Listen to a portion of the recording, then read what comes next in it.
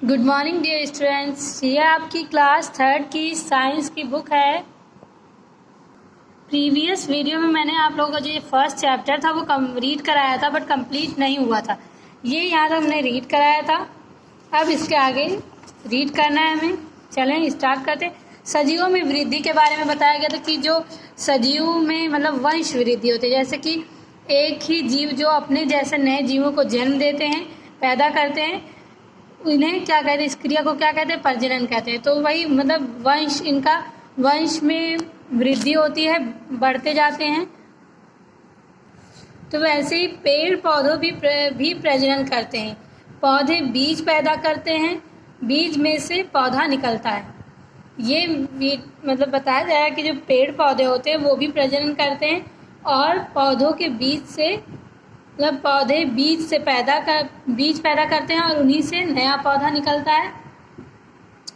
ये video class third की second part है, फर्स्ट चैप्टर का सेकंड पार्ट। नंबर 5, सजीव वस्तुओं में वृद्धि होती है। सजीव वस्तुओं का आकार बढ़ता है, अंकुर से पौधा और पौधों से वृक्ष बन जाता है। एक बच्चा बढ़कर बालक और बालक से मनुष्य बन जाता है। एक छोटा सा बछड़ा आकार में बढ़कर बैल बन जाता है।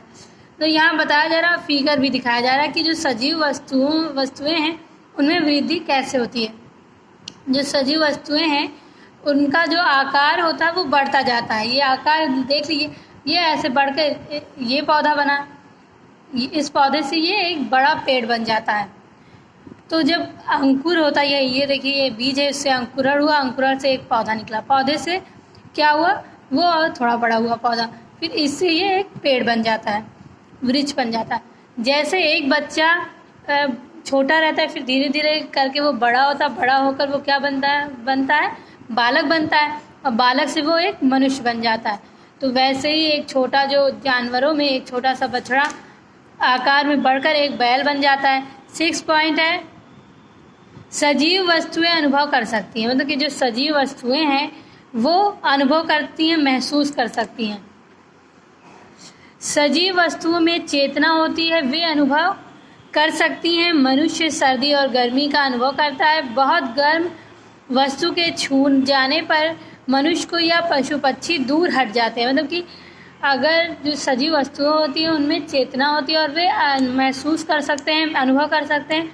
और मनुष्य जैसे सर्दी और गर्मी को महसूस करता है। जैसे बहुत गर्म कोई चीज़ है, अगर आपको अचानक से या वैसे भी जानबूझ के अगर छुलाई जाए, फिर भी आप उसे छूने पर डर जाते हैं, मतलब दूर हट जाते हैं, मनुष्य हो या कोई भी पशु पक्षी।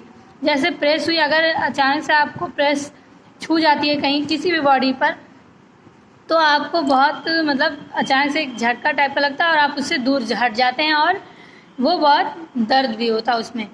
पक्षी आवाज़ सुनकर उड़ जाते हैं। यदि किसी जानवर के पैर में कांटा चुभ जाता है तो वह पैर ऊपर उठा लेता है। पौधे में भी अनुभव करने की शक्ति होती है। छुई मुई लाजवंती पौधे की पत्तियों को छूने से वे बंद हो जाती हैं और थोड़ी देर बाद अपनी सामान्य स्थिति में आ जाती हैं। तो बताया जा रहा है कि जो पक्षी होते हैं वो आवाज़ सुन, मतलब कि किसी की आहट सुन के ही तुरंत उड़ जाते हैं कि कहीं कोई उन्हें पकड़ न ले। और ऐसे ही जो जानवर होते हैं, अगर किसी जानवर के पैर में कांटा या कोई चीज़ मतलब शीशा वगैरह कुछ भी चुभ जाता है तो वो अचानक से अपने पैर को ऊपर उठा लेते हैं। और पौधे जो होते हैं वो भी महसूस कर सकते हैं, अनुभव कर सकते हैं, उनमें मतलब महसूस करने की शक्ति होती है। जो छुई मुई का जो पौधा होता है उसका नाम लाजवंती होता है।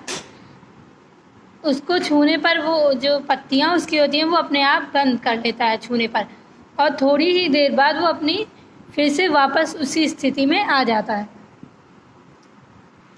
नंबर 7, सजीव वस्तुओं की मृत्यु होती है। सजीव वस्तुएं जन्म लेती हैं, बढ़ती हैं, वृद्ध होती हैं और मर जाती हैं। कोई भी जीव जंतु और प्राणी हमेशा जीवित नहीं रहता, उनका अंत मृत्यु है। बच्चा जन्म लेता है, फिर बड़ा होकर जवान हो जाता है, अवस्था ढलने पर बूढ़ा हो जाता है और मर जाता है। एक अंकुर पौधा बनता है, पौधे से वृक्ष, फिर अंत में वृक्ष सूख कर नष्ट हो जाता है। मतलब बताया जा रहा है जितने भी सजीव वस्तुएं होती हैं उनकी मृत्यु होती है, मतलब कि वो मर जाती हैं। सजीव वस्तुएं क्या होती है, जन्म लेती हैं, फिर बढ़ती हैं, फिर उसके बाद वृद्ध हो जाती हैं और फिर मर जाती है। जैसे कि एक बच्चा जन्म लेता है, उसके बाद थोड़ा सा बड़ा होता है, फिर उससे बाद मतलब बड़ा होता है, बालक बन जाता है, बालक से वो एक आदमी बन जाता है, उससे बाद वो बूढ़ा हो जाता है, बूढ़ा होके वो मर जाता है। और ऐसे ही जो जीव जंतु होते हैं और प्राणी वो हमेशा जीवित नहीं रह सकते और उनका अंत मृत्यु ही है, मतलब कि उनका जो अंत है वो एक मृत्यु है, मरना ज़रूरी है। अगर कोई पैदा हुआ है तो वो मरेगा ज़रूर। तो बच्चा जब जन्म लेता है तो फिर वो क्या होता है, बड़ा होकर जवान हो जाता है और फिर अवस्था ढलने पर वह बूढ़ा होकर मर जाता है। वैसे ही एक पौधा जो होता है, जैसे यहाँ अंकुरण किया हुआ एक बीज है, इससे एक पौधा बना, पौधे से एक पेड़ बनता है, पेड़ जब सूख जाता है तो वो मर जाता है, नष्ट हो जाता है, मतलब मर जाता है। निर्जीव वस्तुओं वो की परिभाषा विशेषताएं। निर्जीव वस्तुएं सजीव वस्तुओं से हर प्रकार से भिन्न होती हैं।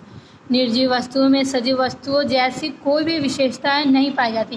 तो निर्जीव वस्तुएं जो होती हैं वो सजीव वस्तुओं से हर तरह से, हर प्रकार से अलग होती हैं, क्योंकि जो निर्जीव वस्तुएं होती हैं वो सजीव वस्तुओं में, तो जो निर्जीव वस्तुएं होती हैं वो सजीव वस्तुओं से बहुत अलग होती है। निर्जीव वस्तुओं का आकार घटता बढ़ता नहीं, इन्हें भोजन, जल और वायु की आवश्यकता नहीं होती, ये एक स्थान से दूसरे स्थान पर नहीं जा सकती, इनमें गति नहीं होती।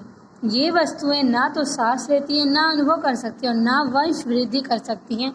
निर्जीव वस्तुएं टूट फूट जाती हैं, इनकी मृत्यु नहीं होती। मतलब बताया जा रहा है जो निर्जीव वस्तुएं होती हैं वो सजीव वस्तुओं से बहुत अलग होती हैं, क्योंकि जो उनका जो वस्तुओं का आकार है वो घटता बढ़ता नहीं, ना ही उन्हें भोजन, जल या वायु की आवश्यकता होती है, ना एक स्थान से वो दूसरे स्थान पर जा सकती हैं, ना गति कर सकती हैं, ना सांस ले सकती हैं, ना महसूस कर सकती हैं और इनमें वंश वृद्धि भी नहीं होती है। और निर्जीव वस्तुएं टूट फूट जाती हैं और इनकी मृत्यु नहीं होती। मनुष्य भी एक सजीव प्राणी है। मनुष्य में एक सजीव प्राणी में पाए जाने वाले सभी लक्षण होते हैं। वह अपना भोजन दूसरे जंतुओं तथा पौधों से प्राप्त करता है, वह सांस लेता है, अनुभव करता है, उसकी वंश वृद्धि तथा मृत्यु होती है। इसीलिए हम ये कह सकते हैं कि मनुष्य एक सजीव प्राणी है। मतलब कि बताया जा रहा है कि मनुष्य जो है वो एक क्या है, सजीव प्राणी है, क्योंकि जो मनुष्य में जितने भी गुण मतलब एक सजीव प्राणी में होते हैं, पाए जाते हैं, उतने मनुष्य में भी पाए जाते हैं, उतने लक्षण मनुष्य में भी पाए जाते हैं। जो मनुष्य होता है वह अपना भोजन दूसरों जंतुओं से प्राप्त करता है, पौधों से प्राप्त करता है। मनुष्य सांस ले सकता है, अनुभव मतलब महसूस कर सकता है और उसकी जो वंश वृद्धि है, पीढ़ी दर पीढ़ी जो अनुवांशिक लक्षण है वो भी होते हैं मनुष्य में और मनुष्य की मृत्यु भी हो जाती है। इसीलिए हम ये कह सकते हैं कि मनुष्य एक सजीव प्राणी है। और जो ये चैप्टर आप लोगों का है ये यहीं पे कंप्लीट हो रहा है। आई होप आप लोगों को ये समझ में आए। आप लोग सजीव और निर्जीव वस्तुओं के बारे में आप लोगों ने जाना। आप लोग इसको अच्छे से रीड करें एंड समझें। ये वीडियो यहीं कंप्लीट हो रही है।